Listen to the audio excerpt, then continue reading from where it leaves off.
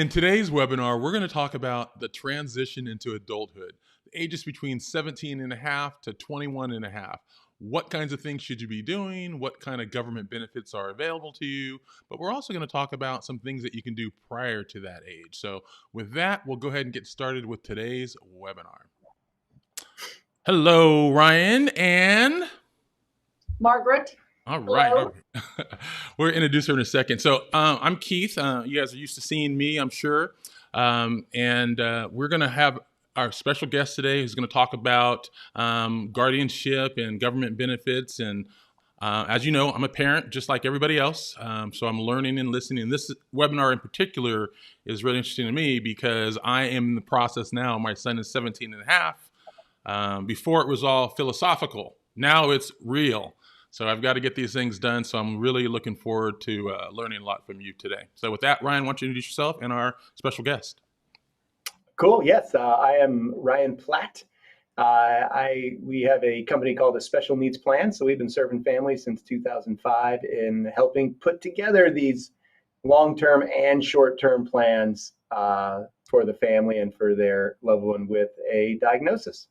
And today I'm very excited to have one of our team members, Margaret Gaffney, with us, who is what we call our transition specialist, which helps people at the exact time frame where Keith is right now. And so I'll let her introduce herself and tell you guys a little bit about why she was drawn to this area of helping families. Thanks, Ryan. I appreciate it. And Keith, thanks to you too. I am a parent of a 24-year-old with an intellectual disability. So I have been through what Keith is facing right now. And when I was doing it for myself, there was not a ton of information on what exactly needed to be done as far as an action list, check off, do this at this time, this date, with the phone number. What do you say when the person answers the phone? That was the level of help I needed. Wait, when they answer the phone, what am I supposed to say? So I developed a system that's kind of a pretty cut and dried, straightforward booklet on how to go through the various phases of transition planning. And so I then came and worked with Ryan and really enjoy helping families navigate this so that they don't have to figure out how to do it on their own, because it's very difficult and very challenging.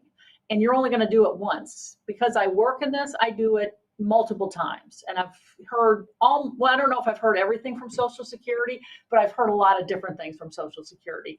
So I'm glad to be here to answer any questions and hopefully give you some support as you begin to make this journey through the later teen years. Excellent. So I know one of the things that you had talked about, Margaret, is that there's things that even parents who have kids who are younger than 17 and a half, that they could have some things that they might be able to do. You want to talk a little bit about some of those kinds of things people could be looking forward to or thinking about? Sure. One of the things that there's two things you can do before your child turns 17 and a half. And it's depending on what state you live in, these are going to vary. In North Carolina, you can get on a waiting list to receive services with adults with disabilities called a managed care organization. It's called something different in each state or county, depending on where you are. To find it, you're going to Google who provides services for adults with disabilities then add in the name of your county. And it might ask for your zip code, but definitely do your county. And the first thing that comes up should be an organization that provides services for adults with disabilities. And they should have an access number. And then you could just call and say, hey, I've got a 10-year-old with this diagnosis. I'm interested in trying to get services for them. What do I need to do? What kind of documentation do I need? Some states offer a lot of help when the children are under 18. Some states don't offer a lot of help until your child is over 18. It's very state dependent. So if you can find the organization that handles that in your area, they will have an information number you can call and find out and ask questions. And just a quick follow-up to that. I like that. I like that slow motion panning you did there, Ryan. Yeah, like that.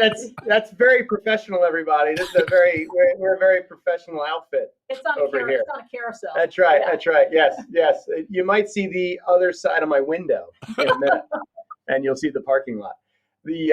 And then so Margaret, if let's say you have a 13-year-old, would they Google the same thing, or would they Google something else? You could Google, well, I did say adults with disabilities. You can Google, if depending on the age of your child, who provides services for children with disabilities, who provides services for adults with disabilities. And it may take a couple iterations of that, but you should end up with who's in charge of that in the place that you live. Yeah. It's just so different. Maryland, for example, has regions. They don't even do it by county. They've got regions. So every state is different, but the Google question will get you pretty close to where you need to be. So that's one thing you can do before your child turns 18. In North Carolina, our waiting list to get services is 12 years. So that is something. So you should start that at age 6? Yes. So that's one of the things you want to do, like as soon as possible, ASAP, is find out the status of that in the area of the country that you live in. Because some states are really proactive in that. North Carolina, I know personally, is not one of those. Mm-hmm. The second thing you can do is find a professional planner like Ryan Platt who can help you start planning on how to pay for the safety net that the transition pieces are a part of. Because it goes without saying, the sooner you start that, the better, because it's not cheap. So if you start that plan when your child is 7 as opposed to 17, there's obvious advantages to that. So those are the two things before 17 and a half that I recommend people do. No, without a doubt. Go ahead, Ryan. I'm sorry. One more question. So if they don't find services, would you recommend, because I know in North Carolina, they call it the innovations waiver, is what the services is under. Mm-hmm. And then in other parts of the country, it just might be a Medicaid waiver. And there might be several different waivers in your state Mm-hmm. that your child could be eligible for, depending on what state you're in. So you might also Google Medicaid waiver waivers programs or in your services. state. Yes, because all of these services are paid for by Medicaid. No matter how they're set up or they're organized, Medicaid pays for them. But they could also maybe, as an idea, Google like the local ARC or something like that, because the ARC would be able to probably point them in the right direction, right? So Yes. if you're struggling with trying to find where you go here, or maybe you can reach out to your local ARC and see if the ARC is the. Why don't you tell us a little bit about the ARC, Ryan, if you don't mind? Yeah, so the ARC is an organization that was started, I believe, back in the 60s, Mm-hmm. if I have that correctly. And it's an organization that advocates and possibly also provides services for children and mostly adults with disabilities. So one of the things that they do a lot of is a great deal of advocacy Mm-hmm. And lobbying for disability rights. Mm-hmm. And to help individuals and families get what they need from a legislative level, federal and state. And then some of them will also actually provide services on a day-to-day basis that help an individual live in the community. So some of these ARC organizations will provide, respite care. They will provide supportive employment to help somebody on the job. So they could provide what are called home and community-based supports, which is helping somebody, navigate the grocery store, for example, navigate the bus schedule, those types of things. So this organization does quite a bit, and I think Keith hit it on the head that to call them and reach out to them, they would certainly be able to give you guidance in your area. Excellent. I thought so because for those of you who are following me on YouTube, they know that I've been doing my series and documenting getting my son his guardianship. In California, they call it conservatorship. It's under the probate department. Got no clue why it's there, but that's where it is in California.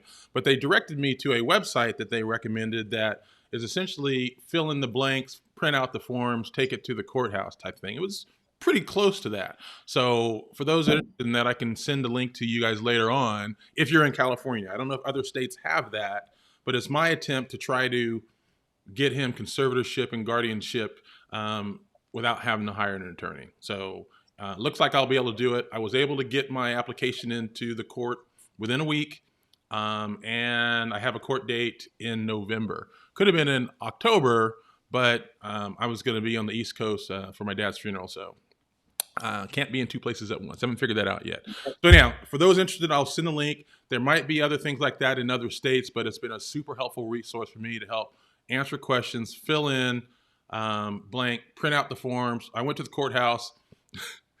They still kicked it back because I didn't read the instructions that said make copies before you go. Some things don't change. Keith doesn't follow and read instructions, right? I was like, I don't need to worry about that. So they kicked that back. But it's been a really useful document and resource for those. And I will include it in the replay link when you guys get that later on. And I will say most states that I'm aware of, you can do it yourself. And in a lot of states, it's really the only option for some parents because guardianship can be super expensive. It isn't in North Carolina. So the county clerk courthouse, you go, and again, search bar guardianship, and you can at least find the forms. You might not find the step-by-step thing that Keith found. The clerk of the courts usually are pretty helpful if you call and talk to them on the phone. I think the forms, when you look at them, are fairly self-explanatory, but again, it's one of those things where you need to read the directions and make a copy and maybe have somebody double check, because I'm like Keith. I like to skip ahead. So that is something, if that's would be helpful to your family as far as a time, money saving thing, you can certainly do it yourself. The only time I recommend people use an attorney is if they think their son or daughter might possibly be able to drive. And I'm sure that situation is different in every state. So my son is able to drive, but we had to jump through some hoops after guardianship to make it okay with the DMV that he could drive. Mm-hmm. Some states may handle that differently, but if you think your child may one day learn to drive, look into that before you finish the process. Right, because you may need to kind of carve that out. Yeah, it might be a box that you check on a form, and that makes it all go great. Right. Otherwise, you could hit a snafu. Or it might be called limited guardianship, where why is carve that, out. Why is that something that I'm just trying to think ahead, because I don't know. My son's not going to be one of those people driving, but I'm just asking for the other parents who might be in those situations.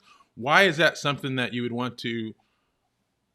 I mean, why is that something you would carve out right now? As I guess is what I'm asking. Well, when you become the guardian of a person, the legal form of that is they're declared incompetent. And so that means that in North Carolina, you get a letter from the governor saying this person cannot drive because they've just been deemed incompetent. I went with there's a form at the DMV that I took to my doctor because there's a ton of reasons why people aren't allowed to drive. They've had brain tumor surgery, they've had a stroke, they have seizure disorders, blah, blah, blah. So there's a medical form that you take to I took him to my son's family practice guy, and he said, checked all the boxes. It's fine for him to drive. I mailed that into the DMV in Raleigh, and then the hold was lifted off of my son's account at the DMV. Okay. So it's not a horrible hoop to jump through, but I just want people to be aware that there could be a hoop to jump through. I didn't know at 18 that my son was going to be able to drive. Mm-hmm. At 22, it was obvious he was going to be able to.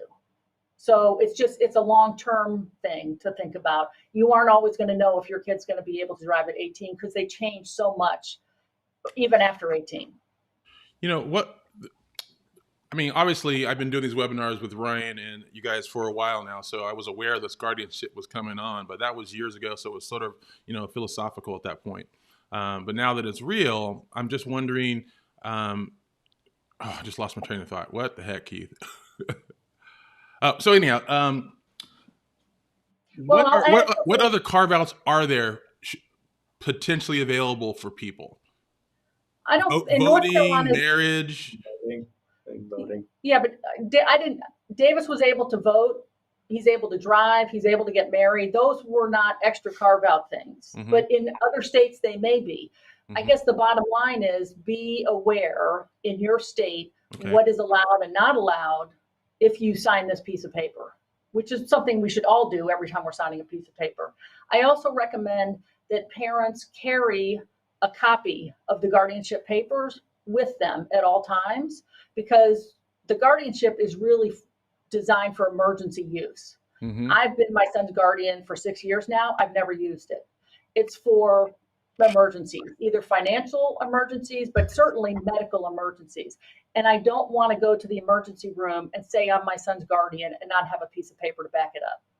And I think, correct me if I'm wrong, Margaret, but and this is going to be a question coming for you, by the way, is, I know Davis works, and I know some parents have asked me in the past, so, well, if I get guardianship, that's going to be a negative on his ability to get a job. It's going to come up in the search that employers going to do. They're going to realize he has a guardian and he's been deemed incompetent by the legal system, so they're not going to hire him. So that makes me nervous because it's going to ruin his chances for employment. Can you speak to that concern based upon your exact experience? Yes. First of all, I can tell you that's not true. And the reason I know that is because the attorney that did his guardianship did a background check on Davis, and guardianship did not show up. But that being said, my son has a disability, and I want the people that he works with to know that he has a disability so that he is in a position to advocate for himself. So he got his job through supported employment and voc rehab. So the place that he works understands his disability and is able to accommodate him. But they're not going to find out he has a guardian. They probably don't even know I am his guardian where he works. That is, they're never going to see that in a background check. So again, guardianship is invisible until there's an emergency. If a medical emergency does occur, is that something the hospital will ask for? Is like, hey, because it'll be clear if they're talking to my son and they're trying to get him to make decisions, but he's not going to be able to articulate that. He's not going to understand that, whether or not he was under the distress of a medical emergency. It'll be clear. But are they going to say, hey, in your case, your son can drive. He's probably able to communicate relatively well. How would the hospital know that that's there? One, okay. Would they require it to talk with you? The answer is yes, they would require it to talk with me because they take HIPAA rules very seriously. Unless you're in your GP's office and they've known you, they might not care. But an emergency room is going to care about HIPAA. So how does the hospital know that status? We have a hospital group here that my doctor is a member of called Novant. And in their computer system is the guardianship papers and the notification on Davis's medical record that he has a guardian and that it's me. Davis also has a laminated card in his wallet in case he's unconscious that says, my mother, Margaret Gaffney, is my guardian. Here's her cell phone number. So that if they look through his wallet, they see, oh, we better call Margaret. So even if the policemen don't have access to the hospital records, it's in his wallet. Okay. So what I recommend to parents is run through the worst scenario possible and then plug the holes. Because you don't want to be, and it's hard to explain to people in the emergency room what guardianship is. They kind of understand, but if you have a piece of paper that has a judge's signature on it, they're going to let you go back and be with your child and help them make decisions.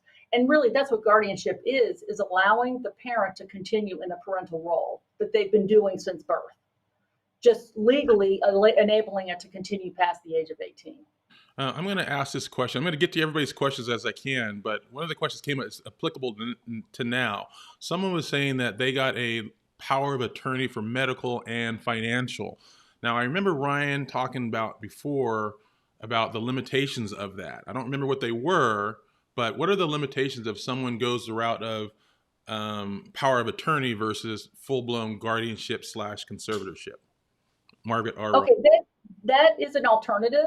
As long as parents understand what it means. So this is where incompetence and competence comes back into play again.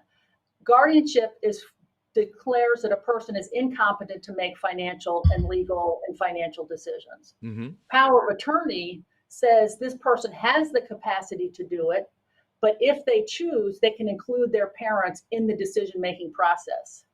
If they choose not to include their parents in the decision-making process, nobody can make them, because the attorney, by letting them sign the power of attorney, has said that they have the competence to make the decisions. Make the decision. So if you have a compliant child that turns into a compliant adult and says, oh yeah, I want mom there, that would probably not be an issue. But if you have a person who has an anxiety disorder or high anxiety levels and gets described what an appendicitis attack is, and he's going to have surgery, or she, and they kind of freak out about it, you're in a little bit of a pickle. Right. So Do anything.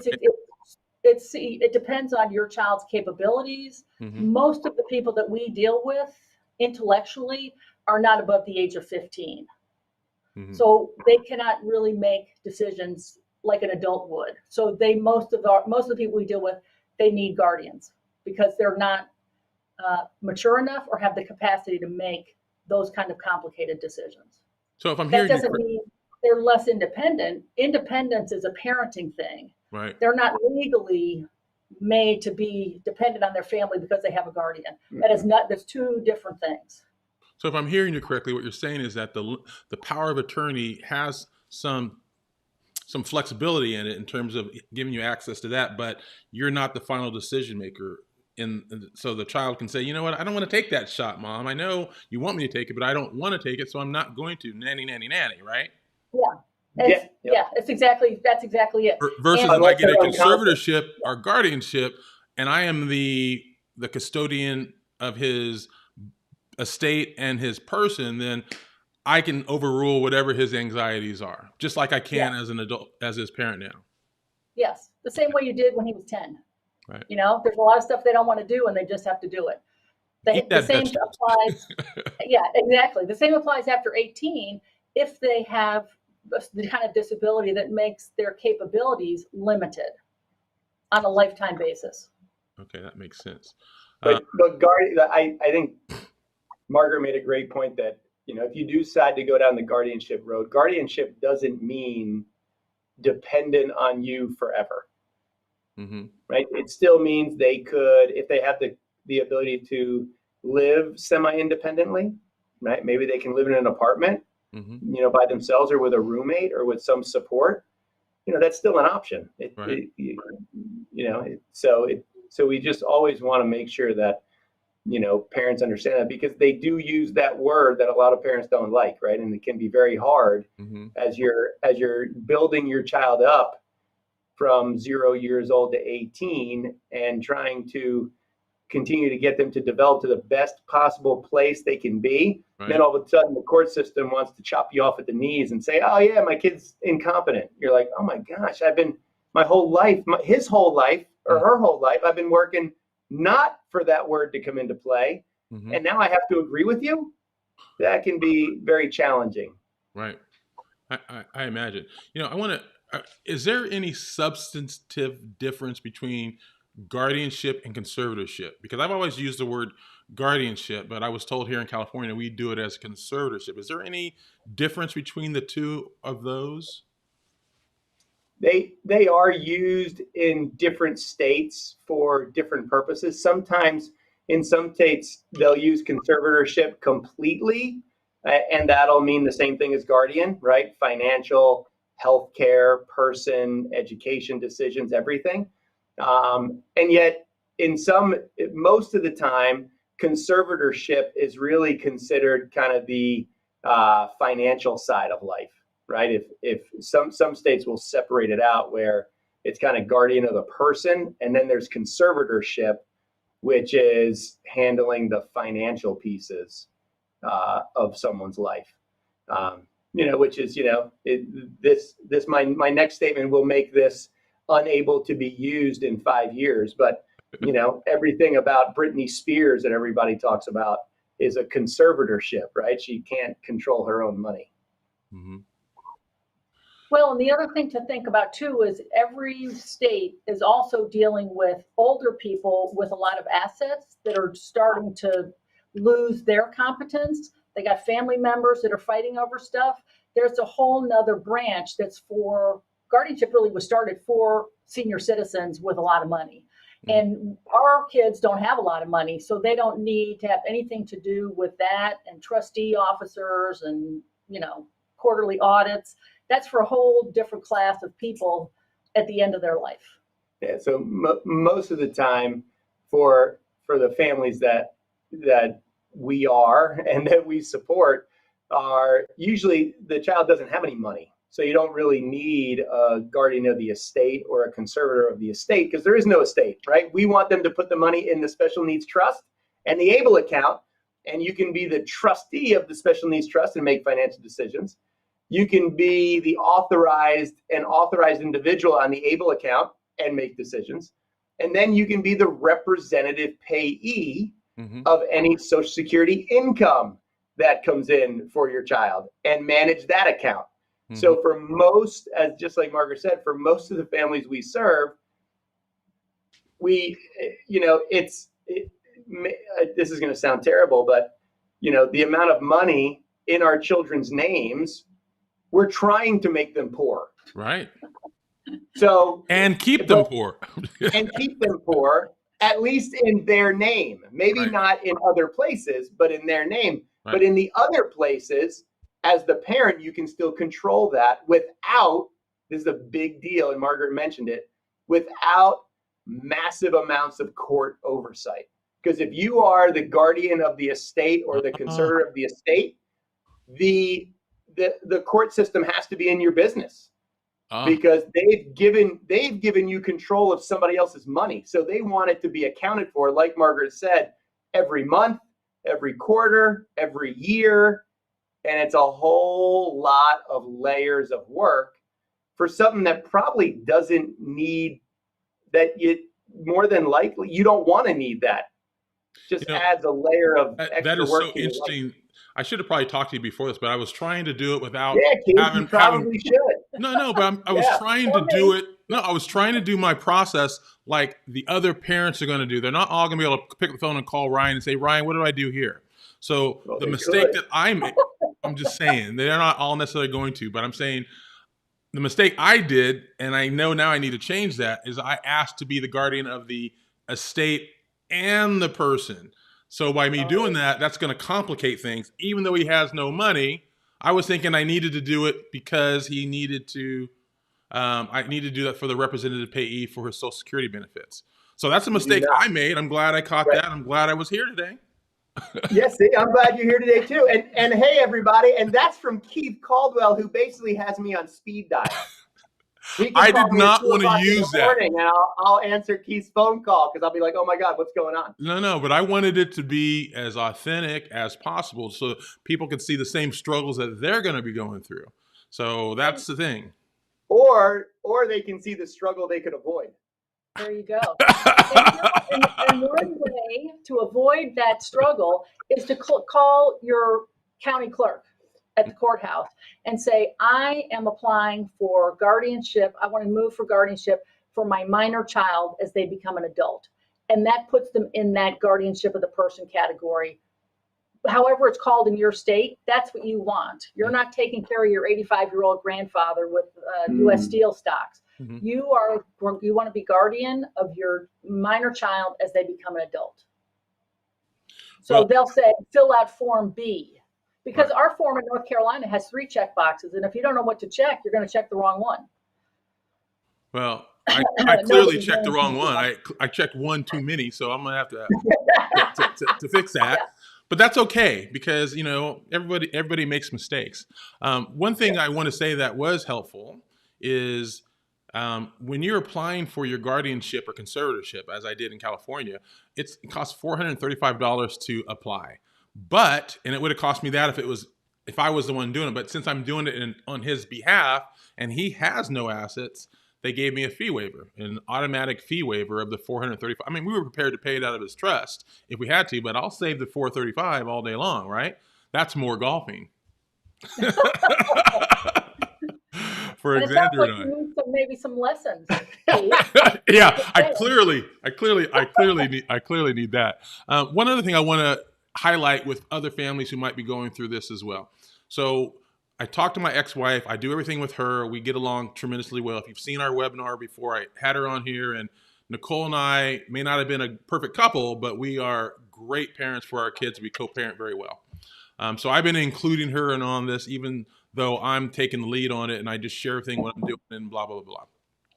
So one of the things we talked about is, should we put our oldest son on as a co-conservator as well?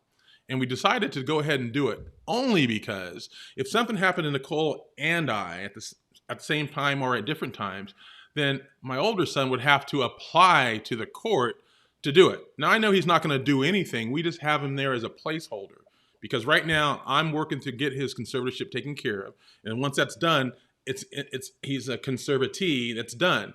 So the likelihood of me and Nicole dying before this is done is remote. So I'm worried less about that. But I wanted him in there so he didn't have to deal with, oh, what do I got to do now? How do I get in charge of my brother's assets, money, and resources, and where he's going to live and all that kind of stuff without knowing what he's doing? So I personally added him in on the front end. There was no downside to that as far as we know, unless you guys are going to share with me right now there are.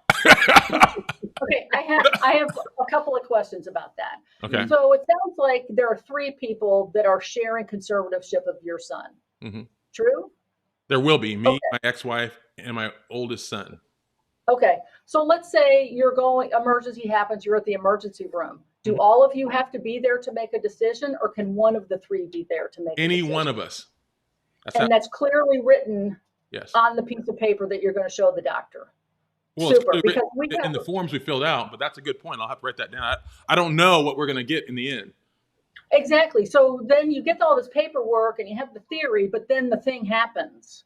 So logistically, you're driving to the emergency room, you got the piece of paper, but only one of you is there. What's going to happen when the doctor says, oh, there's 3 people's names on this, and the doctor doesn't know anything about conservatorship or guardianship, or very little? Mm-hmm. And the reason I'm saying that is because there's a county near ours that requires 2 parents to be guardians. And even though it's written sort of clearly on the guardianship papers that only one parent has to be there, we've had multiple problems with the doctors, the hospital saying they both have to be here. So that would be hard for us because my son's down in San Diego if there was an issue Exactly. here. Well, and so you want to make sure the language is not the word and. It needs to be or. Yep. All right, isn't this great, Ryan? I went off and did it all on my own, and I screwed everything up. And you guys get to correct me live. Poor Keith's like, thanks a lot. No, it's good. Terrible. It's good because as much training as I've gotten on this, I still made some things here, and I wanted to do it on my own. So here we are. This is good stuff. And again, you're not in this situation, Keith, but also what people want to think about with shared guardianship, if the area even lets them. We have other areas that we know of won't even let 2 people be the guardian, right? They're like, nope, one of you has to be it. That's it. Choose one. That's it. So some areas of the country won't even allow that co-conservator situation. And again, you just want to be careful. And the reason I say that is we've had situations in other states where, mom and dad are the guardians, and then they didn't see eye to eye on decisions. Right. And then all of a sudden, literally, the 2 guardians went to court on these decisions, and they've been battling in court for 5 years about decisions and who's going to make it and what's going to happen. And so you just want to be you just want to be sure if you're going to do multiple people. And usually there's one parent that handles the medical stuff.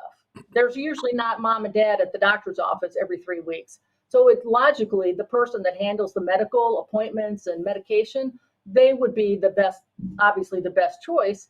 And Ryan will speak to, you can also designate who you want to be the next guardian in your will. Mm-hmm. Yeah. And he can talk about that a little bit. They still have to go through the process. Yeah, they still have to go through a hearing, but it's more of a rubber stamp because you've already said in your will, I want this person. Then they do have to go through the process, but it's not super complicated. it will be happening at a stressful time. Mhm. Right.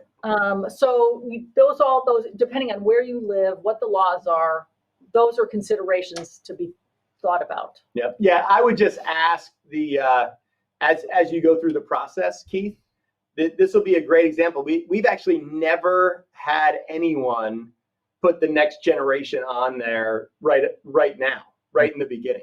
Mhm. And so that would be a great question for the clerk's office or for the judge when you go to guardianship and say, hey, we have these 3 people on here. Can you tell us how this is going to work if we really needed it? Mm-hmm. Like, does everybody have to vote or no? Right. Right. Or can they vote by phone? Yeah, or can they vote by right. So I would just in your specific situation, now that we're just hanging out with Keith and 200 other people, talking about just opening up your life, baby. Here we go. Here it is. I feel like all of a sudden we're gonna be like Dr. Phil over here. All right, Keith. My couch is over there. Lay down on the couch. Here we come, Keith. Here we come. No, I would just ask that question when you're talking to him next. Margaret, one of the things I wanted, and you probably have a guardian ad litem, right? Did they give you what was called and it might be called something different in California, I have to look it up. It's called a guardian ad litem, which is basically an advocate for Xander, for your son. There is one, Yes. but that happens later on. I assume that this process, they're going to review my forms. I'm obviously going to say, hey, I'd like to take off that guardian of the estate thing. I've been advised I did that wrong. So I need to do that in my November hearing. So I'll take care of that. But one of the things the attorney talked to me about, one of the things that the attorney talked to me about that would be helpful, this is in California, was that, because there's a free legal aid. That's what I mean by the attorney. And he was describing what you're talking about, that sometimes there's problems between the co-conservators about who's responsible for what. He says how they typically address that is co-conservator A is responsible for B, C, D, and E, and it's written down so that the court knows if there's ever an issue is that, hey, Nicole, you are responsible for X, Y, and Z, and you didn't get it done, and vice versa. That's not an issue for us because I would never, ever, ever do something without her consideration and vice versa. I trust that with 100%. And me and Nicole have that kind of relationship. We'd never do that to each other. But that was a discussion the attorney did bring up about, if you're going to be a co-conservator, you should be concerned about that. I said, well, for my case, I'm really not. All right. I have one addition now to the guardian ad litem. So it would be helpful for people before the guardian ad litem hopefully they will call, make an appointment, but the guardian ad litem is, and people all through the process are going to be asking Xander if he understands what's going on. And they're going to want some sort of answer from him, because that's the guardian ad litem is there for him not to be taken advantage of, to protect his rights. And so whatever capability your child has, do some training so that they have an answer to that question if they are verbal. So my son, I just said, Davis, this lady's coming. I've got to do some paperwork. It's just so that I can keep helping you with your money and going with you to the doctor. And he's like, fine, because he didn't really want to do that by himself. Right. But he had to ask that question. He answered that question in our county. The notification that you have somebody that wants guardianship over you is brought to the house by a county sheriff. Mm-hmm. That frightens some people. So when you're doing your do-it-yourself, ask what the process is. Are people going to be coming to the house? Who is it going to be? And what does your child need to expect will happen? Because Davis was asked when the sheriff came, he was asked at the guardian ad litem meeting, and he was asked at the hearing. The judge asked him, "What do you understand what's going on?" And he just repeated, "Yeah, my mom's going to just take care of money and the doctor for me." And then the reports back that up. But I just want parents to know what to expect, that if your child is verbal, these folks work with adults with special disabilities all the time, so they know the group that they're working with. But some preparation on your part will help the whole process go smoother.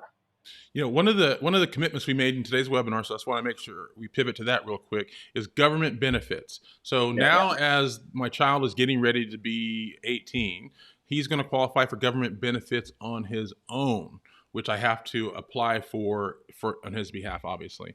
So what kinds of benefits are we talking about are going to become available to him at 18? And what should we do with those benefits as they come in? If they're income, he doesn't clearly need the money. Can we reinvest that money into investments? Can we use it to pay rent so that we could to do other things with it? What are the kinds of things that potentially he could apply for when he turns 18? Okay, so the basic cash benefit is supplemental security income, which is SSI. And That's that about how much? Supplemental security income called SSI. It's about how much a month?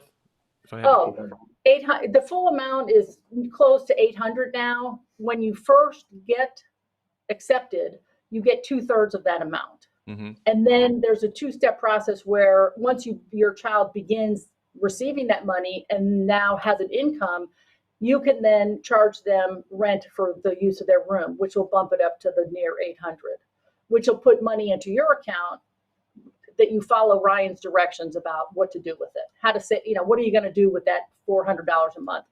I charge my son $400 a month, and getting a cash benefit every month is an opportunity for you, the parents, to give your child practice, exercise, whatever it is they need to do to learn how to use a debit card. And that is a process that will take a long time. So think a year. Start with baby steps and move up. Hopefully this is an opportunity for them to start to learn to get their own groceries. Not at the beginning. You start with, you got a little list of stuff you want. What is your favorite cereal? Okay, we're going to put that in my cart, but then you're going to pay for it when we get up there. Then they have a list of 5 things, maybe 2 months later. Maybe then they have their own grocery cart. Maybe then you are at the deli and you say, I'll meet you in the bread aisle. And it's amazing how over time they will end up doing their own shopping and ending up and paying for it by themselves. It took my son 9 months to figure that out. That's awesome. With little jeep, jeep, jeep, do this, little pushes. And so the money management opportunity with SSI is huge. Are there any other benefits? Like, for example, I know that's one's coming in, but are there benefits relative to housing reimbursement costs? Is there medical potential that they could get at 18 that's in their name? Because right now he's getting Medicaid, I think, whatever, Medi-Cal, whatever, one of those meta, for his government or for his health care. So at 18, does that change? Is that something different than SSI that he needs to apply? It is different from SSI, and it's handled differently in every state. Okay. Medicaid is insurance for people that are low income, and it's also services for adults with disabilities. In some states, you are able to get that because you are a child and or an adult with special needs. So you can get them at any time after you're born and diagnosed, and you can apply. In other states, it's income based on the family. For example, North Carolina, it's income based. So unless you are very low income, you're not going to be able to qualify as an adult with special needs until after you turn 18. And they just look at your income, which we've already decided is pretty much zero. So we start the application process for SSI after 18. If you get approved for SSI, you automatically get a Medicaid card. You do not have to go through the process twice. Okay, good. And then, so if you're on the waiting list that we talked about at the very beginning, and you have a Medicaid card in our state, every state is different, you then are eligible for certain services, which are, again, different ages. Maryland is different. You get stuff until you're 21, then you don't have anything for a year, and then it starts at 22. So you just have to explore what's going on in your state. We get supported employment, respite, community engagement, which is tying your adult child into stuff in the community that he or she is interested in, and supported in-home skill building, which nobody uses really until their child is getting ready to move out. So those are, but the most important of that, I think, is supported employment, because they will do job training and job coaching, and Medicaid pays for. That's one of the services that Medicaid pays for. So each state is different. Medicaid and SSI are kind of the pair that goes together. So in at some way, 18, shape, at or form. 18, we should be looking to get the Medicaid and the SSI all nailed down. SSI or Medicaid would have other services that are below that are being paid for that we'd become aware of. Is that true? Yes, if you get approved for Medicaid, there are other services within that. Okay, all right. So that's it. So if we're a parent, kids turning 18, apply for SSI, apply for Medicaid. Once that's done, you'll have benefits. And I say you do that even if you don't think you need them right now because they're in place. Because right now, you're the person who's responsible for your child and that has the greatest motivation. Something happens to you, the next person in line may not have the same motivation. Might be like, this is too much to deal with. I'm not even going to go down that road. So I would encourage all parents to go ahead and do that. And we're going to turn to some questions because I've been selfish for myself, but I think it's been helpful and illustrative for others. I'm going to grab a couple questions if you don't mind. Hold on a second, everybody. Let's see. Can my child get SSI at 18 if he remains in public school until 22? That's here. I will bring him in.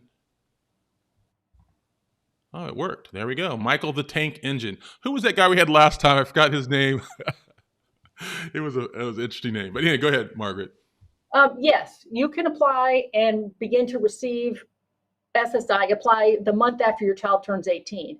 If your child stays in school, they are considered a student through the age of 22. If for some reason you have a child that is able to work while they're in school, there's an exemption that will keep it so that your SSI payment doesn't go down based on your paycheck. You get the full amount of SSI and you can keep your paycheck until the adult turns 22. Then they're done with school, and if they're working and they submit wages every month, the amount of the check will vary depending on how much they work. Okay. And I don't really want to dig into the able account stuff, Ryan, but is that something that could be lessened by putting some of those funds and put them into an able account, or does it really not matter? If you get the gross salary, it's going to reduce your SSI by that amount, period, whether or not you put that money into an able account. Is that accurate? Okay. Period. Yes. They're going to get their money is what you're saying. Right. Yeah. If your child has the ability to work, then they're going to reduce SSI if they're not in school. So just remember that the amount of the benefit and the paycheck is more than the $800 benefit amount, if that makes any sense. Yeah. So it's in your child's best interest financially and emotionally to work. No, I agreed. Can you guys see that? I don't know how to pronounce your name. Equine, Wyoming. That is a very unique name. Yeah. Got to be something with good horses. Got to be something going on with horses. Wyoming. Horses? In Wyoming. There we go. If they are employed, my kiddo earns $10 an hour. Is there a cap on earnings for SSI? Is that sort of what you were talking about a second ago? Yes, it's a monthly cap, and it's called Sustained. What is it? It's an acronym, SGA. Sustainable Gainful Activity. Sustainable Gainful Activity. And if you ever want to look into the rules of Social Security, you can go to ssa.gov, and they have a red book that describes all of their little pieces. Mm-hmm. So that you want to keep your monthly income below that level. And I think it's $13.10 as of now. Yeah, it's a formula where SSI will be reduced in terms of the amount of income you receive, and the formula they use. Don't quote me directly, like Margaret said. Go to the red book for the exact. But I believe on earned income, it's the first $60 or $65 is free, and then every $2 they earn from income, their SSI is reduced by 1. That's why and so you can figure that out. It might even be a little bit higher than $13.10 right now. It might be $1,500. It just depends what that formula comes out to. But what Margaret quoted was the Medicaid number. So even if your child could earn income and SSI is reduced to 0, they still might make too much income to keep Medicaid going. So you just have to balance these out. There's a Medicaid income limit and a Social Security income limit, and that's SSI 1.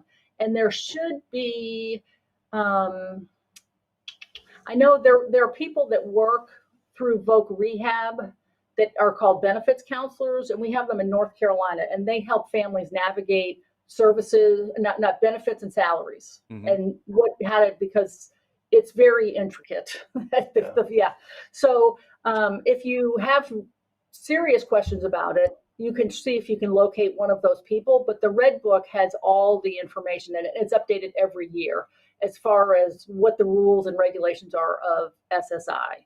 And your whatever your healthcare system is, Department of Health and Human Services, will be equally clear about Medicaid. Who's the Red Book? What's the Red Book? The Red Book is the manual for Social Security Administration. A little bit of light reading, what you're saying? Yeah, it's pretty fun. It's pretty fun. And Keith, you mentioned before, should we apply for government benefits? Should we not? Not sure if my child's going to be able to work. Maybe they can. One of the things that we suggest is, yes, you definitely want to apply for the government benefits. And here's one of the reasons. We have a family we work with. The parents are in their 80s. Their daughter wasn't able to work for a long period of time, but now she has a part-time job at a school that actually educates individuals with intellectual and developmental disabilities. Mm-hmm. And now, between her Social Security disability income, because when parents retire, now their child can receive benefits on their record, which is sometimes higher than SSI, but they can keep Medicaid if they do the right qualification techniques. But with that money and with the money she earns, she's over the income limit for Medicaid. But since she was originally approved for it all those years before, she can switch over to another area of Medicaid called Healthcare for Disabled Workers, which allows her to keep her Medicaid, allows her to actually increase the amount she can save in her own name, and increases the level of income she can have. So again, it's really important to be able to get in the system so that as your child develops and grows as an adult, that if they are able to work for a period of time, they can maneuver around and not lose benefits going forward. So I know I just went off a cliff. No, but I think what it illustrates, though, Ryan, is that there's a need for our plan to be flexible, right? And to have the elasticity to be able to accommodate this, to do that, and to open up as many avenues as possible, right? And to do it so that the next generation who's going to take over for you doesn't have to do it. That's how I'm saying. It's like, here's all the things that are available. I'm doing it all the work, so it's there in case it pops up, right? Because we really don't know. There's a question here from Nettersmith. Is there, I hope I pronounced that right, is there less government oversight with supported decision-making versus limited guardianship? So, Annette, how are you? Hopefully you're doing well. I assume you know her. So there is no government oversight with supported decision making because it's not a legal arrangement yet, right? There's certainly some movement towards that. And limited guardianship, there's probably there's like no oversight there either unless you're managing their money, right, Margaret? Do you have any oversight from the government at all? Nope. On guardianship? Nope. No. So there's really none, unless the only oversight you're going to have from the government is if you're managing their money. Right. And that doesn't, when he says clarify managing their money, what do you mean by that? I'm sorry. Good point. If you're the guardian of the estate or the conservator of the estate, meaning the court has granted you oversight legally over their finances. Like they have a ton of money, like hundreds of thousands of dollars in an estate, which is not our situation. And another thing about supported decision making, it's a terrific theory, but it's also more under parenting than it is involving legal things. As parents, we're trying to get our kids to be as independent as possible, and all of that involves supported decision making. Yeah, and I think I love supported decision making because that's really where we try to get all of our families to, is building a team of people who can help support your loved one, right? Especially when you're not able to anymore. that's really what the supported decision making is. It's building a team around your child. So for me, when I look at supported decision making and guardianship, I don't consider them competing. Even if you decide to do guardianship, we should still be doing supported decision making. Right. And we do every day as parents. Yeah. Really. And if you decide the other way, then you decide the other way, right? That's your option. So you guys want to tackle this question? Can you have both a guardianship and a power of attorney? No. Right. No, because you don't need if you're the guardian, you don't need a power of attorney. And if you're the power of attorney, the advocate or the agent of the court, which every attorney is considered an agent of the court, which is why they can do power of attorneys, because your child signed a power of attorney, that attorney who did that document, like Margie said, has deemed your child competent. Right. So no, you can't do both. Christine is saying, should he register the guardianship with HR at his job in case of emergency? No, because because if you're the next contact in emergency on the line, they're going to call you. Right. Yep. Because most times at a job, they have, who's your emergency contact, right, on file. For everybody. Yeah. For regardless of who the employee is, right? They're going to have an emergency contact on file in that HR file, and you just be that. And like Margaret said, I loved her technique. It's simple, but a laminated card somewhere that your child carries on their body that says, hey, in case of emergency, contact this person. That in the interest of thinking through the worst case scenarios, right? So emergency happens, medical emergency happens, and they can't reach you, Margaret, because you are unavailable, you're in a conference, you don't answer the phone. What do hospitals do if someone's in their possession or care and he's or she is unconscious, or maybe he or she is not unconscious, but is clearly unable to? Like, thinking of my son. If my son was in the hospital and he couldn't get reached, he is not going to be able to articulate any of it. So what is? So my husband is the secondary contact. There's usually a secondary contact. So my husband is the secondary contact. So they keep going around until they can reach somebody. Well, I mean, again, and you have to think of it in, like you said, in the real world, right? God forbid Davis is in a car accident, right, and he's unconscious and bleeding, right?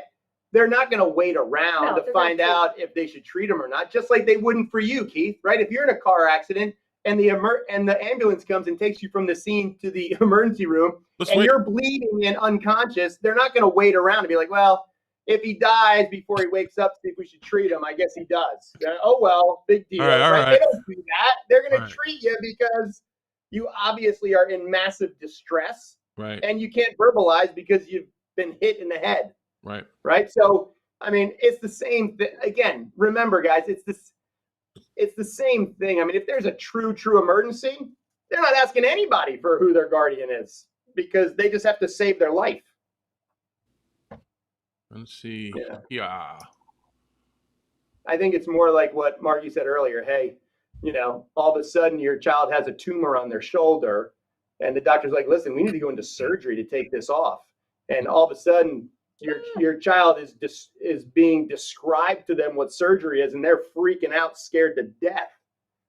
Right? As you're the guardian, you can be like, no, man, you have to do this or else you're going to die 6 years from now from cancer that's going to eat your body alive. But now we can take it off and you'll be fine. But they don't understand that long-term impact. Right. They just see, holy mackerel, you're going to put me to sleep and slice open my shoulder with this big knife you just talked about, and I could possibly bleed to death. Yeah. I don't think I want to do that. Right. I mean, and so that's really, I think, where a guardianship would come in truly handy. Or diabetes, or just complicated medical stuff. See, that's why Margaret's here. I go to the severe, which is like, oh my gosh. So Raylan is asking, this is something that we get asked all the time, so I'm going to go ahead and answer it. She's asking, I've heard that age 18 is a start paperwork for guardianship. Is that true? And I'll answer that. Yes, start in the 18s. In California, they're 2 to 3 months out. Turned out when I applied, they were only a month out.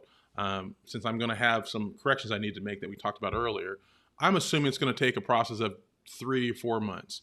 So if you're 6 months out in California, I'm not sure if other states are relatively similar, but you've always said 17 and a half, something like that, then you're probably golden. Now, I know in California, I don't know if this is true elsewhere, but they have to send out these letters to what they call the regional center, who is the ones who provides care before age 18 or 22 and after. They're the people who provide services to people with disabilities. So I'm assuming that's the same person that you were talking to now. We would send the letters to Alta, our regional center, saying, is our son really have the capacity or not have the capacity to make his own decisions? Because one of the things I thought was interesting is that they absolutely wanted to know who all the parents were, all the grandparents were, because they're going to reach out to every one of them, including the siblings, to confirm that they also agree that the son has some limitations to that. So I thought, you're going to ask 8, 9, 10-year-olds, they have everyone, and they wanted me to list my dad, who's not even alive now. They wanted everybody listed so they can try to reach each person, and they have an investigator that goes out and confirms that. Now, one other comment I'm going to make that just happened because of the whole Britney Spears thing, that California is now, there's a new law being signed in the next couple of days that's going to completely change the conservator/guardianship. I don't know how that's going to affect people with disabilities, if at all, but if it does, we'll be sure to talk to you guys more about that new California statute. And there might be other states who are going to do that as well because of the visibility of that actress or star. And I want to add one thing to SSI that's very brief. If you are close to retirement age and you have a child that might be ready to apply for SSI, get the SSI payment do the SSI process first before you retire, because that will impact the ability to keep Medicaid, possibly. So if you're thinking about retiring but haven't done SSI yet, do SSI first. Hold on. And get an SSI payment in the bank account, and then I need retire. more. I need to understand that better ask more. for retirement from SSA. All right, tell me more You can what that retire, means. but not ask for your benefit. What's the issues here? I'm missing something. I know it's important, so that's why I want to dig into it. So what is it that you're saying specifically that we need to do, and why should we be concerned about it? Yeah, because what happens is if your child's deemed disabled, and then when you retire, well, there's a Medicaid income limit. Right. Okay. Yeah, exactly. So there's a Medicaid income limit, and if you retire before your child turns 18 and begin to receive Social Security, right? Let's say you're getting, $2,000 a month, and all of a sudden, you've already retired, you're getting $2,000 a month, and then your child turns 18, and they go to apply for SSI, right? They get approved, but they never get an SSI check. They're going to become a disabled adult child, and they're going to get 50% of your benefit. So they're all of a sudden going to get $1,000 and never receive an SSI check. And so if your Social Security benefit is too high and it's above the Medicaid monthly income limit, they will lose the ability to have all Medicaid services because their income will be too high.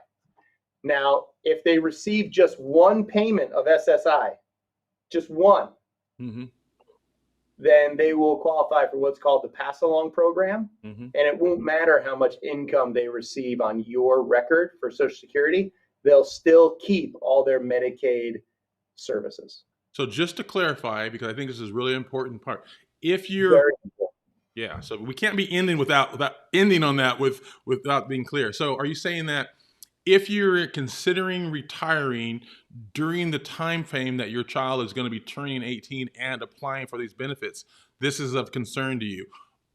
If you have retired years in advance of that, it is not an issue. Or if you plan to retire years past the 18 time, that's not an issue. It's just that window of time. Yep. So again, if you've already been retired, you don't have a choice. So it may be an issue, it may not be. I don't know. It just depends on what the retirement benefit is. But yes, if you're in the window of time where you're deciding to retire and your child is turning 18 to qualify for SSI, do the SSI first and then do your retirement. Okay. Just do that. You don't really have to know the reasons why. Just do that. I don't even follow instructions, so I don't want to hear the reasons. Just tell me, do this, Keith. Yeah, just tell you, yeah. If you're close to retiring and getting Social Security, do their SSI first, then do your Social Security retirement. And the other one is let's say something happened to you as a parent and you were going to apply for Social Security disability income at the same time period as your child applying for SSI. Again, do SSI first, do your own Social Security later, right? Always, if you're in that window of time that you're applying for any Social Security benefit for yourself, disability or retirement, do SSI first. Okay. All right. Then apply for your own. And I don't need to know why. I understand. Just trust Ryan and Margaret. I trust that. So I'm perfectly fine with it. So let's answer George's question here. Will my income still count when my son turns 18 next week? Well, happy birthday to your son there, George. He will get SSI and CAP Medicaid here in North Carolina. Okay, so your income will not count, but you will have to go through the process of calling Social Security and letting them know that your son's status has changed. He's no longer a minor child. He's 18, so he's an adult. And you may have to go through, Social Security will tell you if you have to go through the process to have him deemed disabled as an adult. If he's been receiving SSI for a while, he may not have to. That's a question Social Security will answer. But you have to let them know that his status has changed. He's now going to be 18. And what do you need to do to keep his benefit coming? All right, here's a quick question here.